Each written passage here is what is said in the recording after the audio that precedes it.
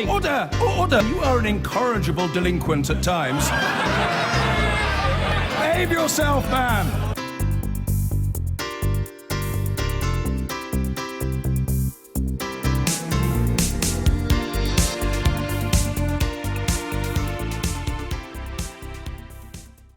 Now, this evening, the First Minister of Scotland, Nicola Sturgeon, has been in Downing Street meeting the Prime Minister to discuss, amongst other things, international security and terrorism. I spoke to her when she came out.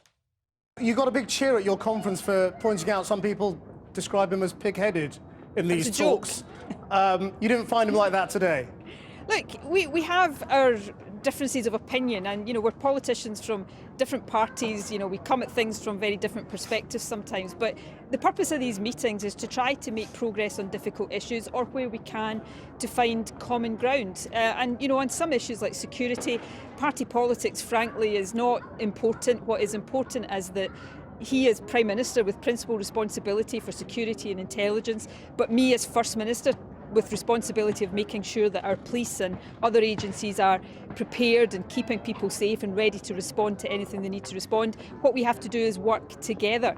On another issue we were discussing... Can we just stop on that? Because I just want to ask you specifically about the Snoopers Charter. The Prime Minister wants SNP backing to give the security services more powers to snoop online in particular. Are you going to instruct your MPs to give him that support? Well, we're still at the pre-legislative scrutiny stage with that bill. What I've said to the Prime Minister is we will be constructive. I think it is the case that the police and the security services need the powers to deal with rapidly changing technology. I don't think anybody disagrees with that, but what we've got to make sure is that we strike the balance between that and the civil liberties concerns that people have. So we'll be looking to make sure that the powers that are being sought are proportionate and that they have proper oversight. You opposed airstrikes, but the Parliament voted this through.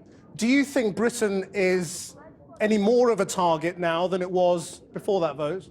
Look, Britain is at risk of a terrorist attack. We know that. The level of threat is severe. And I think what's important is that I, as First Minister, and David Cameron as Prime Minister, work together to try to protect people against that threat. And that's what we're very much focusing on right now.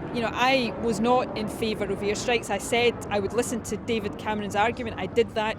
I don't think he made the case that airstrikes alone were going to make the difference in Syria that he claimed they would make. The arguments were well rehearsed about the lack of ground troops and the ability to restore order on the ground. Can I take you from a big international issue to a very national issue, and that's the Forth Bridge and the row over what has happened with the closure of this bridge in Scotland? Do you and your government take any responsibility for the fact that this bridge has had to be closed over such a busy time? Let me say, firstly, it's our responsibility to deal with the disruption of the closure and to get the bridge open as quickly as possible. The particular fault that we're dealing with right now and in the process of having repaired was not one that was foreseen or foreseeable. The engineering advice we've had is a fault that has occurred perhaps as recently as the last few weeks. Well, you say it wasn't foreseeable, but there was maintenance 5 years ago that wasn't done, that was on this particular part.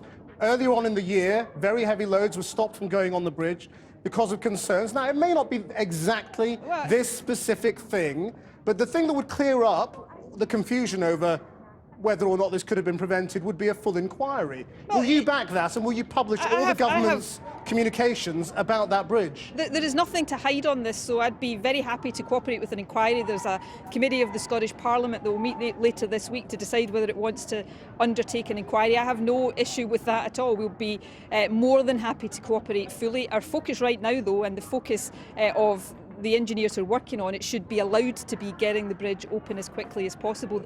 First Minister, thank you very much. Thank you. I've been getting away with it all my